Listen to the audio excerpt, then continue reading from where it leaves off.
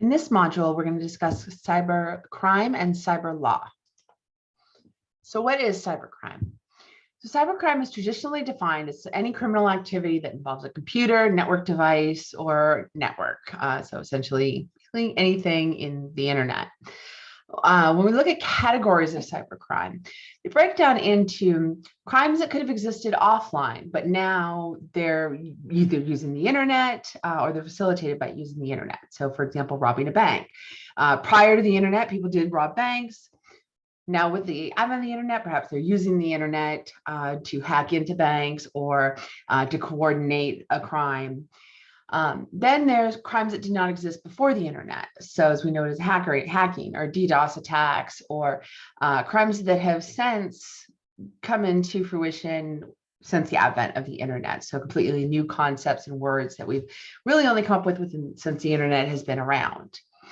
And then there's the potential for a third type that may be emerging, may continue to emerge and become something, but could crimes committed in a virtual world constitute a third category of crime?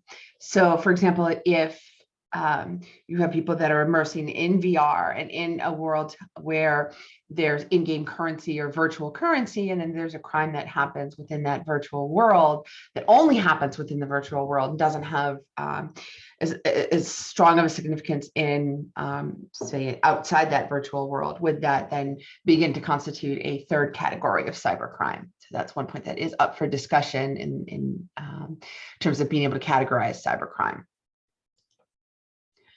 But we pretty much put it into these two buckets. So property crimes, identity theft, fraud, copyright infringement, crimes against a person. So cyber stalking, child pornography.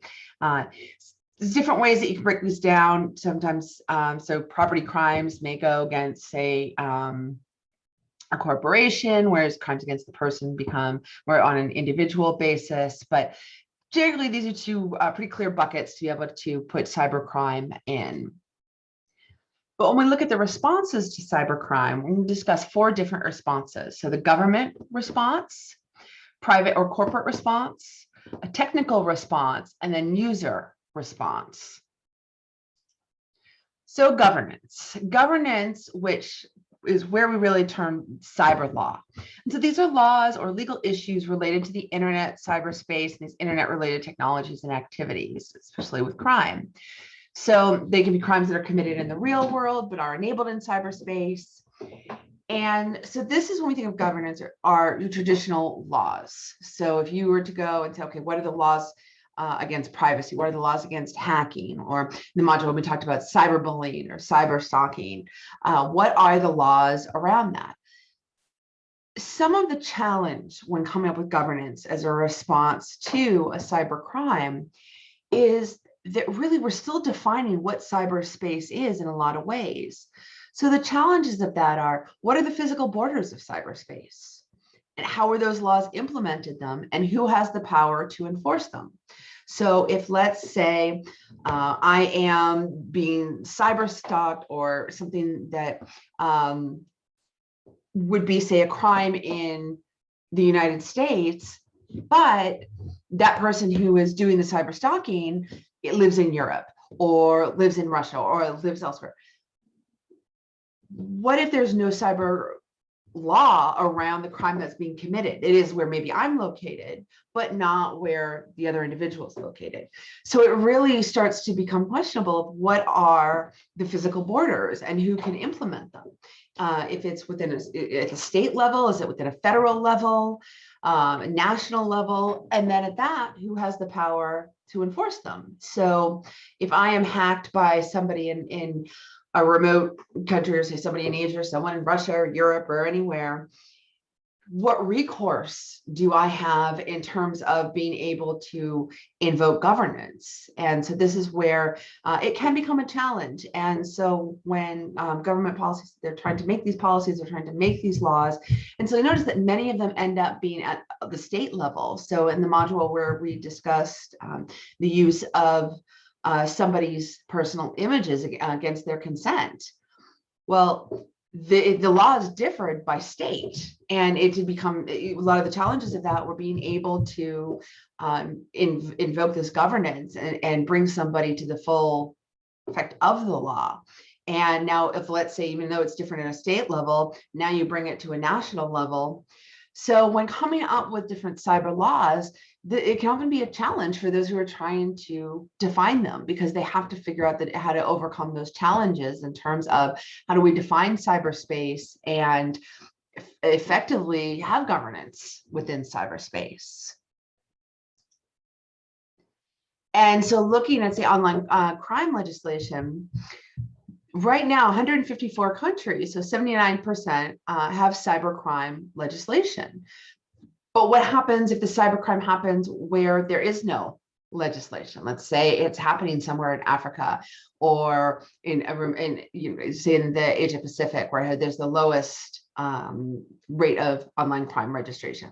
So it seems in the US we're somewhere in the middle. So Europe has a high adoption rate of online crime legislation, but Asia Pacific has the lowest. So if you're somebody in Europe and then somebody in Asia, and there's a crime happening between the two, where and when and how are they being persecuted? And we see this happen in the offline world too, as you see people who are criminals in one location going to another country. And so again, this is something that's it's not necessarily a new problem, but certainly when looking at online crime legislation, and you look and see the differences between different countries. And so what does that mean for being able to implement legislation for online crime?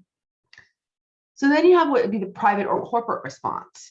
And so corporations and private groups, they're within the state and government. So there are entities that the state and the government may work with to establish these legislation and regulations. And so, so Facebook, Apple, Microsoft, these corporations, they often have working groups to discuss strategies for responding to cybercrime and how they can facilitate implementation of cyber law. Now, sometimes they get called in to testify about their behaviors. You're looking about, say, like Facebook has had to make quite a response about some of the actions that have happened in regards to privacy and in regards to things that have happened within their offerings. And so what is their corporate response, and what are they going to do? How are they going to moderate their users? And does this become something that they support governance on? Do they create rules of use that then, if you violate their terms of use? So if you say post something on Twitter or on social media that is not within their guidelines, then are they actually coming in with a corporate response? But you haven't broken the law, but you might get, say, kicked off or banned from using the company and using what their company offers. And so then there's a technical response. So technical response can be using computer software or technology that moderates user behavior. It's almost comparable to a parent moderating your child's internet use. So let's say you go to an organization and your organization or place of employment, they may have firewalls, antivirus software, security software. And so that's offering protection from cybercrime. So that's sort of a proactive technical response, often from an organization or government entity. Of course, there's no legislation that I know of that mandates having antivirus software or taking a proactive response, but certainly from a corporate response, there may often integrate a technical response along with that. But it also, again, brings the question of, is there a risk for monitoring software to become an invasion of privacy? And so this technical response is something that, when paired with governance, it's gotten a little thorny. And so there comes a question of, can a police officer mandate that you give them your password to unlock your phone? Can the government mandate Google or Apple or anybody to release information about you? And so certain organizations, some are willing to cooperate, some want to lead with privacy. And so they actually fall into, no, they are not going to cooperate with governance. They'll have their own technical response. So Apple within itself has its own responses, but it's taking more of a corporate response combined with that. And then user response. And so this can fall within users themselves, especially with social media being user generated. or if it's a blog, or it's somebody's website, or it's a video game, but it's a user response where there's agreed upon standards of behavior between users. And so there may be penalties for not following these standards. This can be also banning from the organization, poor ratings or feedback, mediation from online moderators. And so again, this also ties in with, say, the Facebook jail. So if you've posted something and it's been flagged and they say, okay, you're now banned for 30 days. The text, for example, gives examples of eBay. So if somebody does not act upon the agreed standards, which is that you purchase something, they'll send to you in a timely manner, and that there's a user standard, violation of that then gets response from other users where there's poor ratings. Amazon has the same piece of, there's a peer system of being able to have negative feedback or being able to report the user. So there's also, as a way of preventing or responding to crime or standards, is this user response where the users are taking action against an individual who is not following up to the standards of agreed behaviors between users. So, and somebody may take your money and not give you something that you got on eBay, but is that illegal? Can you invoke governance? Likely not. Can you invoke corporate response? Possibly, but but at what level? And so at the level that the corporation may use is technical or user response. So these are all interconnected in different ways, but if you look at the different websites or different activities in your cyber life, what are the penalties for violating? And so if you post something inappropriate to Twitter and maybe you get blocked. However, if you were to say post something like child porn to Twitter, now we're maybe looking at legal action. Or or are you violating the agreement of eBay, and now you're getting rated 1 or 2 stars. So there's all these different responses that can fall under these buckets of response to cybercrime or violation of cyber ethics that may be agreed upon, or either at the federal level, state level, government level, or user level. And so within that, then we look at hard law and soft law. Hard law is what we think about traditionally with legal. So that's a legal obligation. It's binding, it's enforced in court, it's a law. It's the rules and regulations that make up the legal system as we think about in the traditional sense. This is the law, you are breaking it. Soft law, though, looks at those agreements, principles, and declarations that aren't really legally binding. They are informal rules, but there's sometimes cultural norms, different standards. And so you have to look at what's the practical effect of it. So in a way, it's some of it could even say be in the realm of ethics, hard law and soft law, right? So within the field of psychology, it is universally accepted that you are going to follow these ethical guidelines. Now, if you don't follow them, yes, you're creating a lot of problems. There's problems with your research.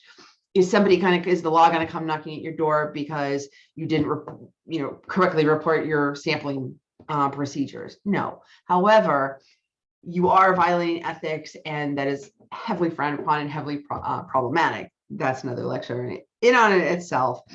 But when looking at cybercrime and looking at cyber law, to think of it as what are the hard laws that have actually been put into effect versus some of the soft laws. And so what are those agreements and more of the socially accepted informal rules? So they're not binding, but it's something that we have agreed upon with society. So saying in eBay, somebody doesn't sell you what they said they were going to sell you at eBay. Did the cops show up and say you stole, you committed fraud? Probably not. But soft law, it may not be binding. There may not be anything you can do from a legal standpoint, but there's cultural norms, standard of contact, and repercussions that you can take from a practical standing. And so we look at soft law in cyberspace, which is predominantly the way that we look at cyber law right now in a lot of ways. And this is because, so the term cyber law, it's used a lot in international law. It's because hard laws are very hard to be universal. A law that may be in effect here in the United States may not be in effect in Europe, Canada, or elsewhere. However, international law does have these soft laws as a standard of behavior. And so this allows for compromise, for cooperation between countries, states, corporations, private sectors, and it starts to create the foundation for establishing hard law. So if Europe has a law that we in the United States do not have, but we have an agreement that we will help persecute or we will help work with them, and then that starts to set the tone for hard law. But soft law is adaptable because it's not so firm, because it's not set in stone. So because the landscape of cyberspace is changing and new things are constantly coming up, and we're trying to understand cyberspace, and different countries and have different levels of technology and rules, and so we end up using soft law because it can evolve to meet this landscape of cyberspace. So if we have laws that are hard and firm, and then we get into, say, the world of virtual reality, and it doesn't play out quite the same way, it's a lot easier to negotiate with soft law than it is to change hard law. By the time something becomes hard law, it's much harder to change. So as of right now, many times you're going to see what we would call soft law in cyberspace. So we'll look at internet governance. So the rules, the policies, the standards, these are the practices that shape our global cyberspace. Now, a lot of times what this comes up to is issues of surveillance, control, privacy in relation to the internet, governance. It can create policies, these markets and hierarchies, and possibly could there be a universal approach? And what would that mean if we had something that was just governance for just the internet, and almost as if the internet was a country on into itself? What would something like that look like? And that's something that has been proposed.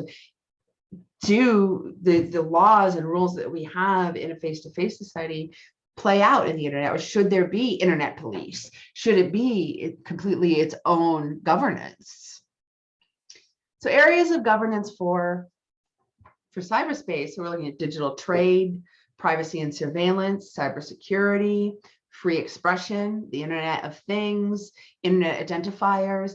So all of these different areas, and if you look at them, you can think of the ways that countries do differ. So in China, free expression online is not something that is allowed in the way that it is here. It could become something completely illegal in China. But if somebody is from China, but they're over here in the US, expressing how they feel about, say, China or something else, while that might be illegal in China, there's not governance for that here in the United States. Internet of Things. Can the Internet of Things be listening to you? Does that cross over into privacy and surveillance? Cybersecurity. What are the cybersecurity laws? How do we identify digital trade? It's HIL. So all of these acts of governance, should we implement hard law or soft law, and how we implement them into the internet can have an impact on all of these things. And I think this is where we really start to live in the gray area, because the internet is something that touches all aspects of our world right now in so many ways, but we still don't have very firm definitions for them. And without these firm definitions, without it being able to actually quantify it, because the internet is still something we think of as being very abstract and new. And many of the people that are working in areas of governance are not digital natives. So soft law will ultimately become hard law, but we're still trying to figure out what that means. And with something being so new and fluctuating and evolving, this ever evolving landscape, we're really trying to figure it out. And you may have heard of the internet is being referred to as the wild, wild west, right? And so we go back to our history books, we say, okay, so right, as human populations began to expand into unknown areas, it took a while to figure out, well, what are the rules? What are the laws out here? Do we have agreements, or do we have something that somebody can actually legally enforce? And so it takes time, and it takes an understanding and a definition, and really being able to kind of draw a line in the sand and say, we all agree on this. This is going to be illegal. This is not going to be illegal. This is going to be ethical. And how are we going to draw that line in the virtual sand? And so these are all the reasons why cyber laws are also difficult to enforce.